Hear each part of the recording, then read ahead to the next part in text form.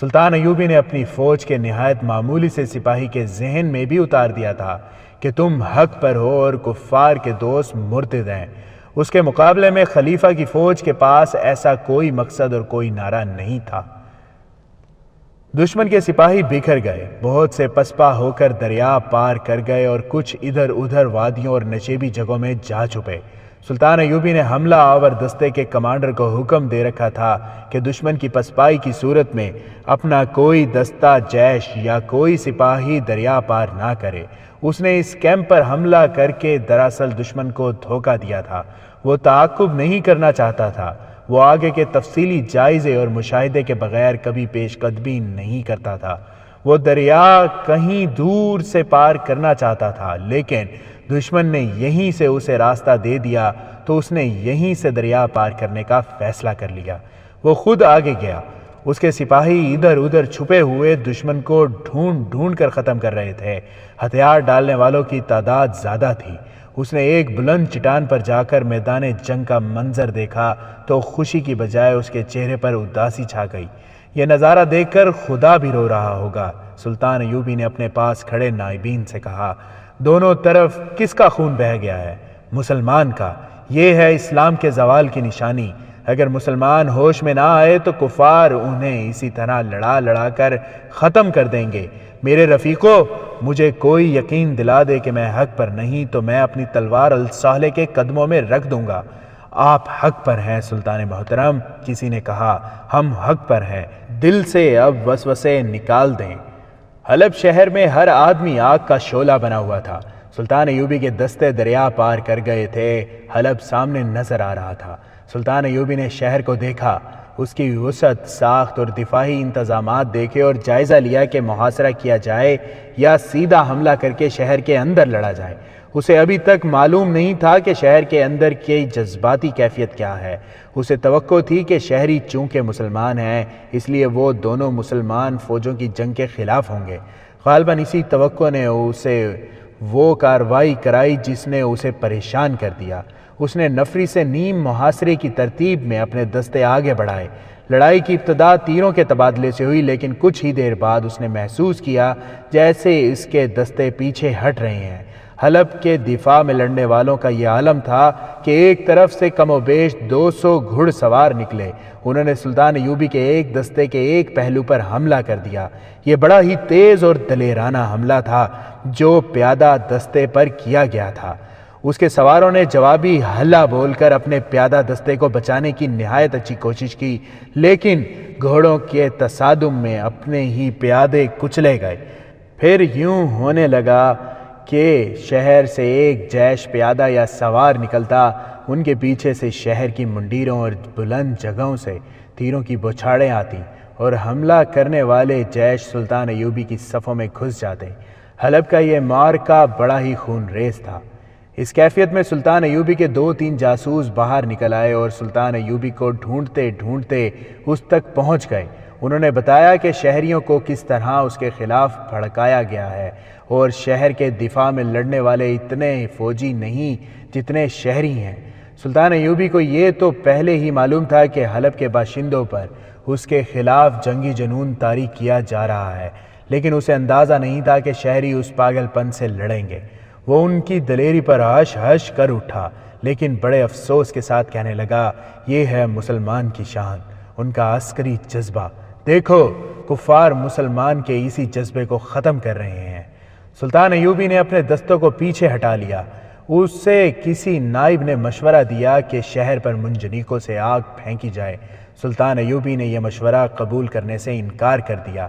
اس نے کہا کہ شہریوں کے گھر تباہ ہو جائیں گے، ان کی عورتیں اور بچے مارے جائیں گے، اسی لیے میں نے تباہ کار چھاپا ماروں کو نہیں بھیجا۔ اگر یہ شہر صلیبیوں کا ہوتا تو اب تک شعلوں کی لپیٹ میں اور میرے چھاپا ماروں کی زد میں ہوتا۔ جو مسلمان میدان جنگ میں آ کر لڑتے اور مرتے ہیں انہیں میں روک نہیں سکتا، اور جو گھروں میں بیٹھے ہیں انہیں مارنا نہیں چاہتا۔ اس نے چند اور دستے آگے بلا کر شہر کو مکمل محاصرے میں لے لیا اور حکم دیا کہ دفاع میں لڑا جائے، حملہ ہو تو روکا جائے، حملہ نہ کیا جائے اور محاصرہ مضبوط رکھا جائے۔ نفری کی بھی کمی تھی اور شہر کو تباہی سے بچانے کا خیال بھی تھا۔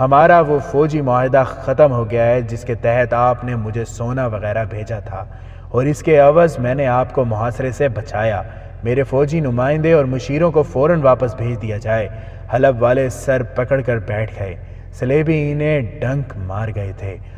دو مورخوں نے لکھا ہے کہ ریمانڈ کو یہ خطرہ بھی نظر آنے لگا تھا کہ سلطان ایوبی اس کے دارالحکومت تریپولی پر حملہ کرے گا، چنانچہ اس نے اپنی راجدھانی کا دفاع مضبوط کرنا شروع کر دیا۔